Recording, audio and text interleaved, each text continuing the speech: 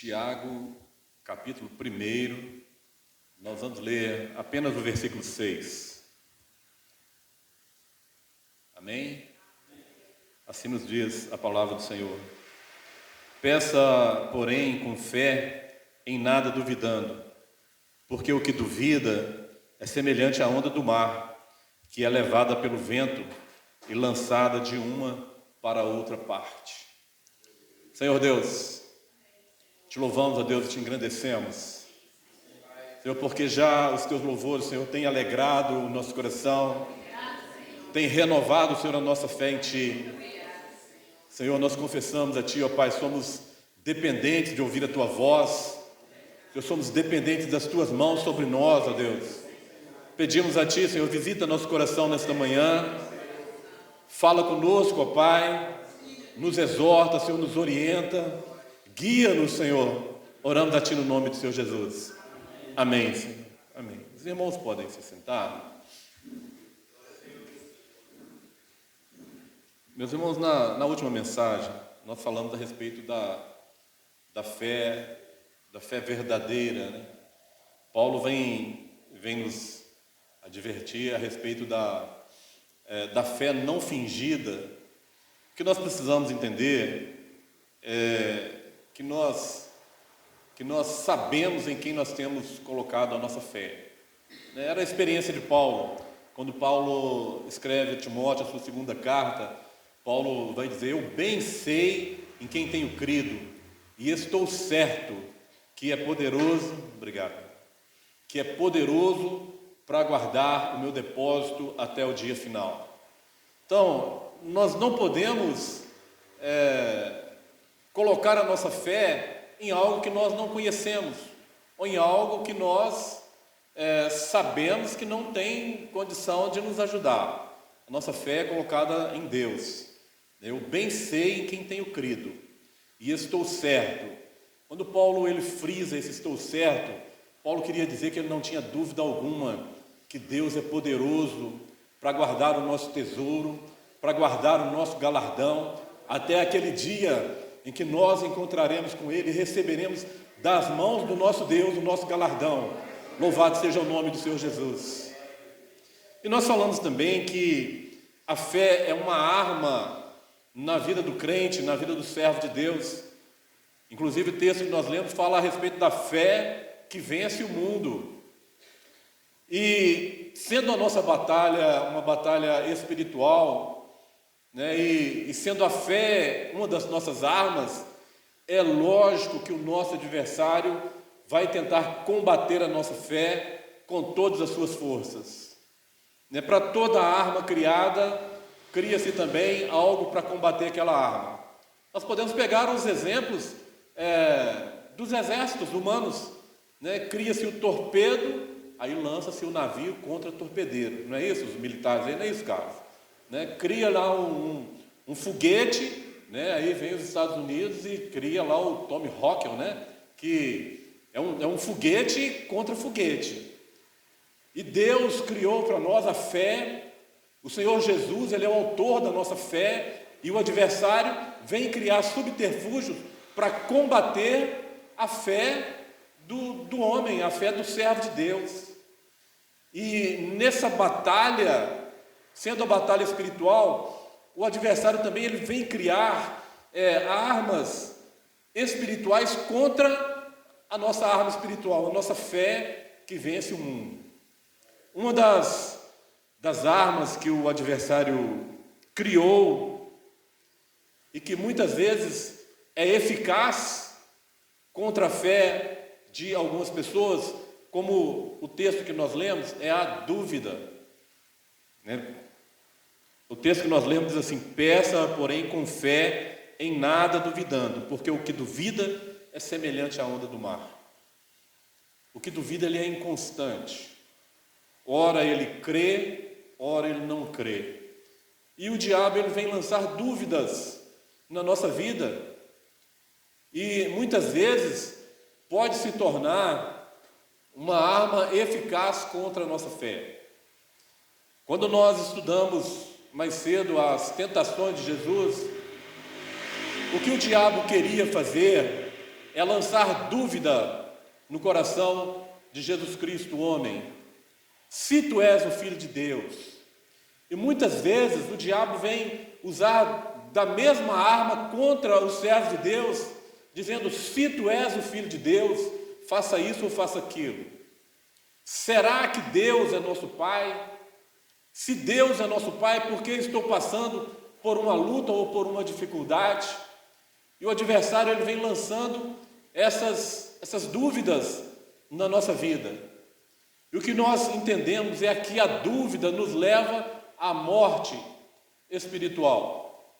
Quando Pedro ele pede ao Senhor Jesus que o chame para que ele andasse também sobre as águas, e Jesus chama: então vem, Pedro, andar sobre as águas comigo. E Pedro, cheio de fé, Pedro ele sai do barco e começa a andar sobre as águas, mas quando ele olha a situação, o mar revolto, as águas ali, o vento, Pedro então começa a duvidar, e o que acontece com Pedro? Ele começa a afundar. Assim também é a nossa vida, quando nós duvidamos de quem nós somos filhos, quando nós duvidamos de a quem nós estamos servindo, nós começamos a afundar neste mundo bravio, neste mar de pecado. E Jesus então socorre a Pedro ali. Pedro clama ao Senhor, dizendo: Senhor, socorre-me. E o Senhor Jesus se apressa a socorrer a vida de Pedro e pergunta para Pedro, primeiro ele exclama a Pedro, homem de pequena fé, e faz uma pergunta: por que duvidastes? Então a dúvida é algo que nos leva à morte espiritual. E a pergunta do Senhor através do seu Espírito Santo para a vida daqueles que estão sucumbindo na fé, que estão sucumbindo a este mundo, a pergunta é: por que duvidastes? Então a dúvida, ela é uma arma do adversário contra a nossa fé. E por que duvidastes? Quando nós vemos a queda do homem, a primeira coisa que o adversário faz ali, é lançar dúvida no coração de Eva. Eva estava ali contemplando a árvore bela, a palavra fala que a árvore era bela às vistas, era uma árvore desejosa. Então Eva estava ali contemplando aquela maravilha que Deus havia criado, e chega ali o adversário, na forma de uma serpente, e pergunta para ela: mas foi isso mesmo que Deus falou, que dessa árvore vocês não podem comer? Deus falou isso mesmo? Dessa árvore vocês não podem comer? E ela falou: não, essa árvore aqui, Deus falou que nós não podemos nem tocar, nem comer. Lançou dúvida no coração de Eva. E o que aconteceu? Morte espiritual. E é uma morte que permanece até hoje. A palavra fala que por um homem entrou o pecado no mundo. Então a dúvida que o adversário lançou ali, trouxe morte a todos os homens. Todos nós estamos debaixo dessa condenação de Deus, dessa condenação de morte, porque um dia, através de um homem, entrou o pecado no mundo. E esse pecado entrou lançado através de uma dúvida. Então, meus irmãos, nós precisamos estar firmes na palavra de Deus. Nós não podemos ter dúvidas na palavra de Deus. Eu estou certo, estou bem certo, é o que Paulo diz a Timóteo: eu estou bem certo que ele é poderoso para guardar o meu tesouro ou o meu depósito até o dia final. Nós não podemos duvidar na nossa caminhada, não podemos duvidar, e nós combatemos a dúvida estar firmados na palavra de Deus. Não podemos nos afastar nenhum momento dessa palavra, em estar estudando, em estar meditando na palavra de Deus. O salmista Davi, no Salmo 1, ele vai dizer: bem-aventurado é o varão que medita na palavra de Deus de dia e de noite. Então nós precisamos estar firmados nesta palavra. Outra arma que o adversário cria também contra a fé é a incredulidade. A incredulidade é a inconstância. Momentaneamente nós não cremos naquilo que o Senhor está falando. Às vezes Deus está falando conosco e nós não cremos que é a palavra de Deus. Às vezes nós abrimos a palavra de Deus e ali tem uma exortação, uma correção para a nossa vida, e nós não cremos que aquilo é para nós. E nós não colocamos em prática a palavra de Deus. A incredulidade, é a desconfiança. A desconfiança. E a desconfiança, da mesma forma que a dúvida, também gera consequências muito negativas na nossa vida e na nossa caminhada. Vamos tomar como exemplo, já que hoje nós falamos a respeito de João Batista, mais cedo, vamos tomar como exemplo o pai de João Batista. O anjo chega diante de Zacarias e diz a Zacarias, as suas orações foram ouvidas. Há um tempo, a sua esposa terá um filho, e a esse filho virão as nações. Será uma pessoa usada por Deus. E o que Zacarias faz? Zacarias não crê na palavra do anjo. Cresce no coração de Zacarias a incredulidade. Embora Zacarias estivesse orando, porque o anjo diz que são ouvidas as suas orações, embora Zacarias estivesse orando a respeito daquele filho, pedindo a Deus aquele filho, quando a promessa de Deus chega para ele, através ali de um anjo, Deus enviou um anjo pessoalmente para falar com Zacarias, e Zacarias não crê na palavra do anjo. É a incredulidade do coração. O que foi que aconteceu com Zacarias? Eis que ficarás mudo até o cumprimento dessa profecia. Até o dia em que a criança nasceu, Zacarias permaneceu mudo. Meus irmãos, se nós não cremos na palavra de Deus, como nós vamos falar da palavra de Deus? Hoje nós vemos muitas pessoas caladas na palavra de Deus, não transmitem a palavra de Deus, porque não creem na palavra de Deus, embora se digam servos de Deus e embora estejam orando a Deus, mas muitos não creem na palavra de Deus, por isso estão mudos, não estão cumprindo o mandamento do Senhor Jesus, que é anunciar o Evangelho. É uma arma eficaz, uma arma poderosíssima nas mãos do adversário contra a nossa fé, também é a incredulidade, porque ela nos impede de falar daquilo que Deus tem feito na nossa vida. Muitas vezes Deus opera maravilhas na nossa vida, nós temos aqui no nosso meio exemplos, testemunhos da ação de Deus na nossa vida, mas às vezes nós podemos não crer. Será que foi Deus mesmo? Será que foi Deus mesmo que fez isso na minha vida? Será que quem curou aqui a minha enfermidade, que eu estava orando a Deus por uma cura, será que não foi o remedinho lá que o médico me deu? Será que foi Deus? Quantas vezes entra essa incredulidade na nossa vida? E se nós não cremos que foi Deus que operou em nós, como nós vamos anunciar que Deus tem operado na nossa vida? Nós estaremos calados, assim como ficou Zacarias, por uma incredulidade, porque não creu na palavra de Deus, na resposta de Deus às suas orações. Davi, ele vai dizer: eu viverei e contarei as bênçãos de Deus. Porque tudo que acontecia na vida de Davi, Davi acreditava a Deus. Cada vitória, cada bênção, Davi sabia que não era força dele, não era força dos seus exércitos, não era força dos seus valentes, e Davi tinha alguns homens valentes no seu exército. Ele sabia que toda vitória não vinha daqueles homens, não vinha da força do seu exército, mas toda vitória vinha de Deus. Então Davi acreditava a Deus toda a bênção na sua vida. Nós precisamos ter isso como exemplo. Eu viverei e contarei as bênçãos de Deus, porque Deus tem feito bênçãos na nossa vida. Deus tem nos abençoado grandemente, mais do que nós merecemos, mais do que nós pedimos. Deus tem nos abençoado. Nós não podemos deixar a incredulidade entrar no nosso coração, porque entrando a incredulidade anula a nossa fé. E uma outra arma que o adversário tem usado, e que eu gostaria de pontuar aqui também, é o medo. Medo. Meus irmãos, onde há fé, não há medo. Se nossa fé está posta no Senhor Jesus, que é o autor da nossa fé, nós não temos medo. Nós não temos medo do que pode nos acontecer.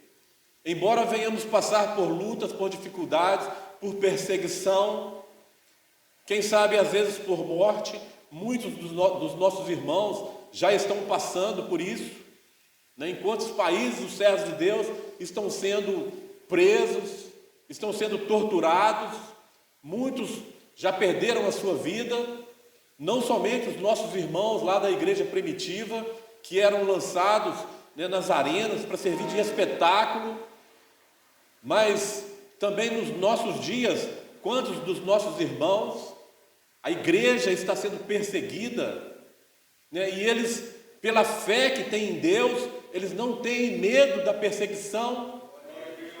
E a pergunta, será que nós aqui no Brasil, né, vivendo um período de liberdade religiosa, onde nós podemos louvar como nós louvamos nesta manhã, né, em altas vozes, glorificar a Deus, sem nos preocupar com quem está ouvindo, com quem está passando, será que nós, nessa situação que muitos dos servos de Deus estão passando hoje, será que nós não temeríamos?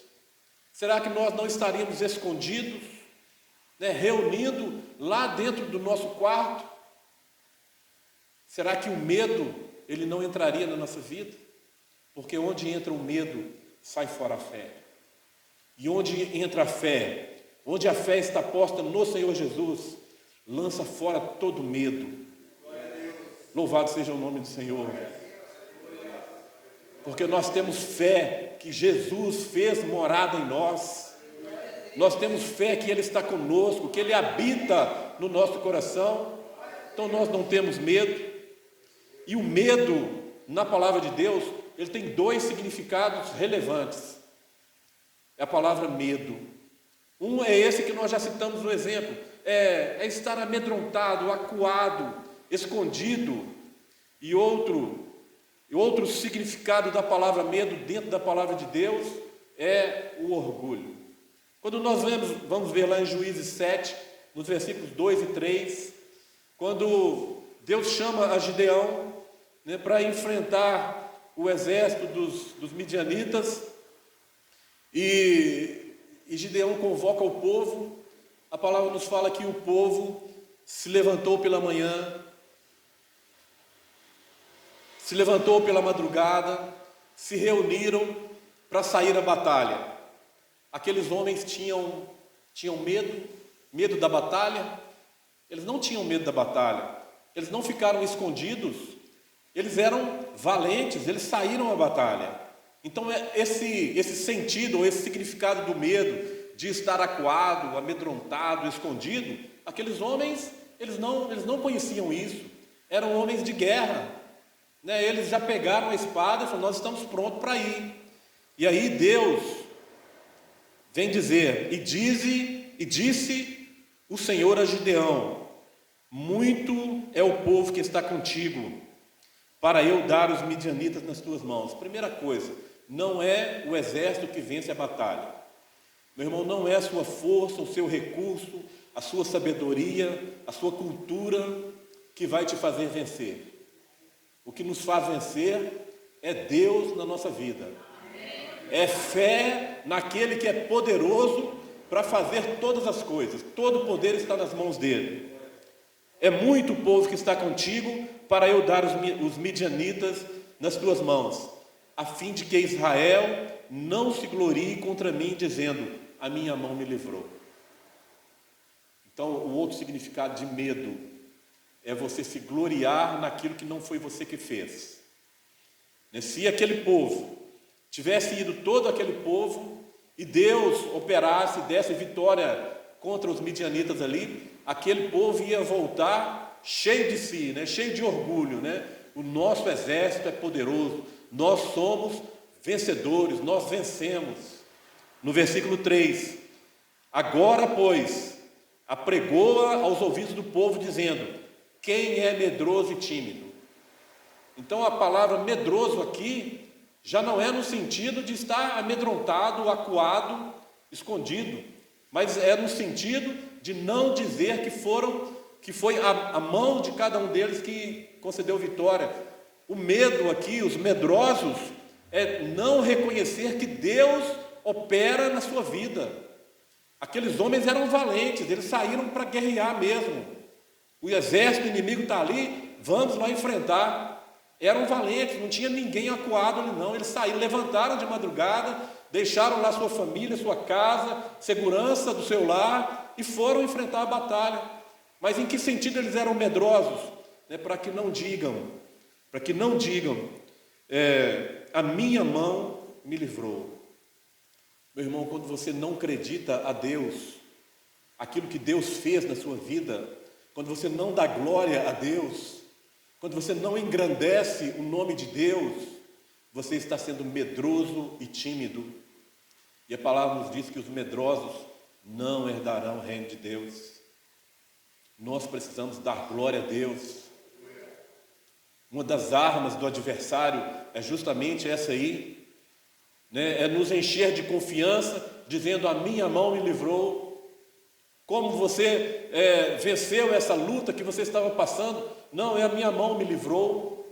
Como venceu essa batalha? Não, a minha fazenda, o meu recurso, eu consegui resolver através dos meus recursos. Quando nós não damos crédito a Deus, naquilo que Deus tem feito na nossa vida, nós estamos sendo medrosos e a nossa fé, ela começa a esvaecer, a nossa fé começa a sumir. Onde entra o orgulho e a vaidade, onde entra a confiança na nossa força, vai embora a fé. E o adversário nos últimos dias tem feito isso.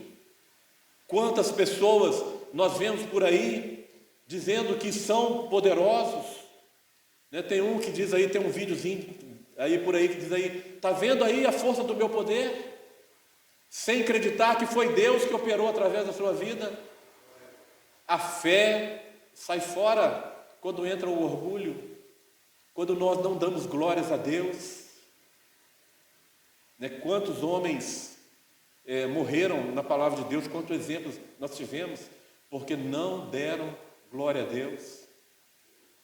Vamos ver o exemplo do rei Nabucodonosor, um rei poderoso, se orgulhava das suas obras, os jardins suspensos da Babilônia, uma maravilha do mundo antigo, e ele passeava por aqueles jardins, orgulhoso do seu reinado, da sua obra, do seu poder, do poder do seu exército, do poder do seu reino, e não glorificou a Deus. E o que aconteceu com o rei Nabucodonosor? Ele foi humilhado pelas potentes mãos de Deus, ele foi lançado fora do seu reino, viveu como um animal no campo. A palavra nos fala que cresceram as suas unhas, cresceram pelos sobre o seu corpo, se tornou como um animal se alimentando das ervas. Onde estava naquele momento toda a força, toda a glória do seu reinado para poder livrar das mãos de Deus? Porque não glorificou a Deus. Então o medo, quando nós vemos na palavra de Deus a palavra medo, nós temos que olhar por esses dois significados da palavra.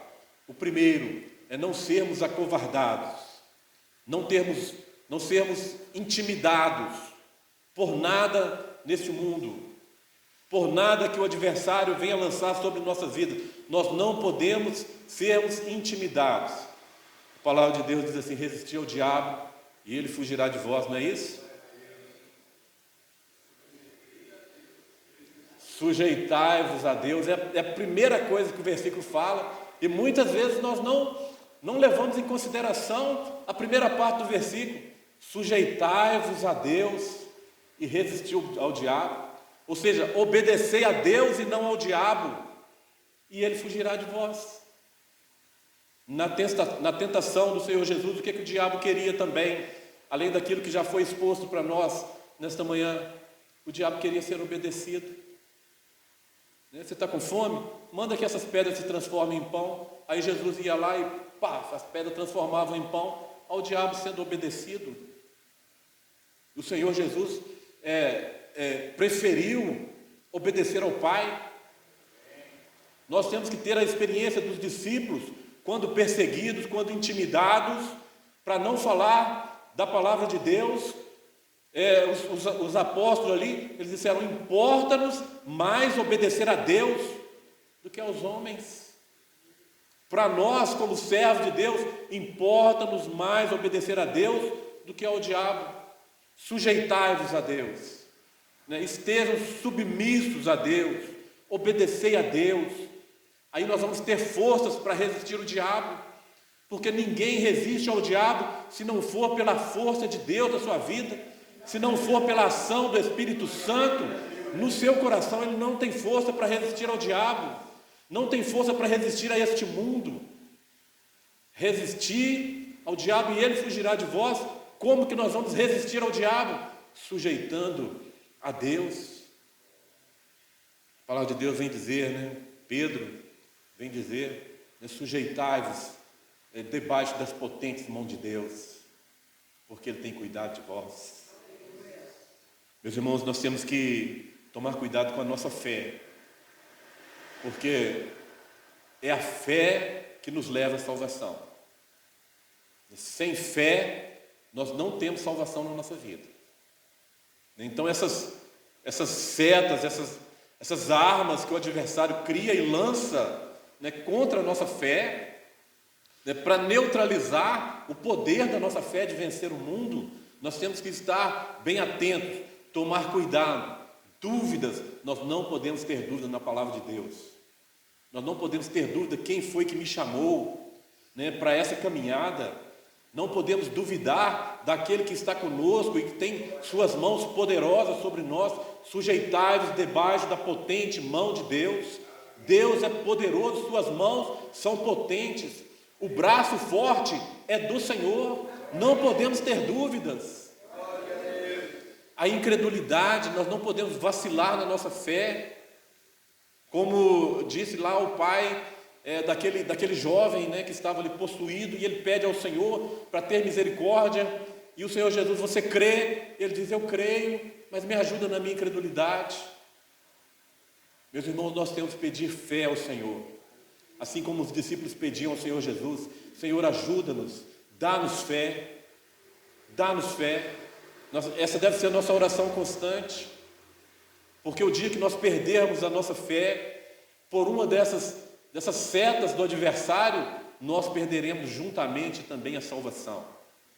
Efésios 2, versículo 8: pela graça sois salvos por meio da fé. João 3,16: porque Deus amou o mundo de tal maneira para que todo aquele que nele crê não pereça, mas tenha vida eterna. Então, se você perde a sua fé, se você não crê no Senhor Jesus, a condenação já está sobre a sua vida. Nós temos que cuidar da nossa fé. Paulo, escrevendo aos Romanos, vai dizer que a fé vem pelo ouvir, e ouvir a palavra de Deus. Ouvir e obedecer a palavra de Deus. É o sentido da palavra ouvir, né? Quando Paulo fala pela segunda vez. Paulo poderia ter dito uma vez só, estava dito, né? A fé vem pelo ouvir a palavra de Deus. Mas Paulo faz questão de colocar duas vezes ali a palavra ouvir. Porque na segunda vez tem um significado diferente.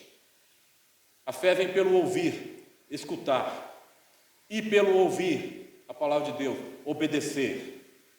Ouvir e obedecer. A nossa fé vai acrescendo, vai sendo acrescentada a cada dia, a cada momento. Meus irmãos, que essa seja a nossa oração, né? E que as astutas ciladas do adversário não tenham poder sobre as nossas vidas. Que nós estejamos sempre clamando ao Senhor: Senhor, dá-nos mais fé, dá-nos mais fé. Meu irmão, você tem fé para mover montanhas? A palavra de Deus diz que aquele que tem fé, ele pode dizer ao monte: lança-te daqui ao mar, e o monte vai lançar. Você tem fé para isso? Se você não tem, peça a Deus. Peça a Deus: Senhor, dá-nos fé. E se você já tem fé para mover montanhas, peça a Deus: Senhor, acrescenta a minha fé. Senhor, dá-me mais fé. O que nós precisamos para a salvação: fé naquele que nos chamou, fé no Senhor Jesus que se entregou por nós, Fé naquele que nos tirou de uma vida de perdição e de pecado e nos lavou completamente no seu sangue. Nós precisamos ter fé no sacrifício do Senhor Jesus. E que as ciladas, os dados inflamados do adversário não tenham poder sobre a vida dos servos de Deus. E que Deus nos abençoe na sua palavra. Que Deus nos abençoe na meditação. Que nós possamos colocar em prática a fé no Senhor Jesus. Eu sei em quem tenho crido, e sei que Ele é poderoso. Todo o poder está nas mãos do nosso Deus. Tudo que nós vivemos, tudo que nós passamos, glória seja dada ao nosso Deus. A Ele pertence toda a honra e toda a glória. Nós não somos medrosos, nós acreditamos toda a força, toda a vitória, nós acreditamos ao nosso Deus. Glória e honra seja dada a Ele eternamente. Amém. Louvado seja o nome do Senhor Jesus.